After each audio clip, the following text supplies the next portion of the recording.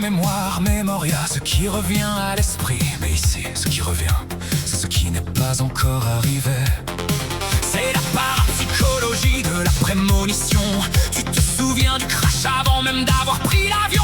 On est dans l'année du coq de bois, on chante le lever du soleil alors qu'il est déjà couché depuis des lustres. On vit dans un déjà-vu permanent, une boucle temporelle où les souvenirs de demain viennent polluer nos rêves d'hier.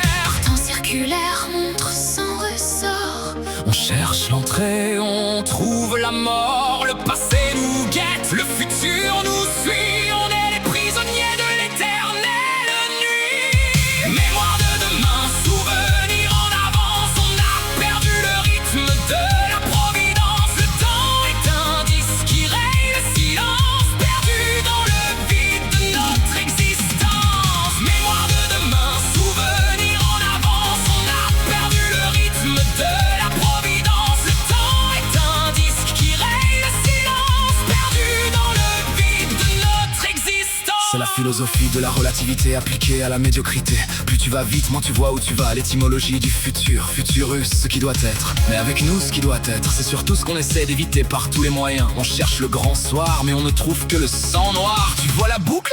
On est les archives d'un monde qui n'a pas encore eu lieu. Les fossiles d'une époque qui se croit moderne alors qu'elle est déjà préhistorique dans ses peurs. Le temps, mon vieux, c'est une invention de banquier pour te faire payer des intérêts sur ta propre agonie. Y a ceux qui courent après les secondes et ceux qui les regardent passer comme des vaches regardent les trains. Le tout, c'est de pas se tromper de quai. Si tu te souviens de ton futur, c'est que t'as déjà les pieds dans la tombe et la tête dans le cloud. On nous promet des lendemains qui chantent, mais pour l'instant, y a que les dettes qui braillent. Faut se faire une raison. Demain, c'est juste aujourd'hui, avec une couche de peinture fraîche et une augmentation d'impôts. On accumule des données pour que nos petits-enfants sachent exactement comment on s'est planté. C'est la poésie de l'archive infinie, le lyrisme du stockage massif. On espère que la postérité nous pardonnera, mais la postérité est occupée à trier ses propres spams. On finit par n'être que des pixels dans une fresque que personne ne regarde, des fantômes qui hantent leur propre avenir.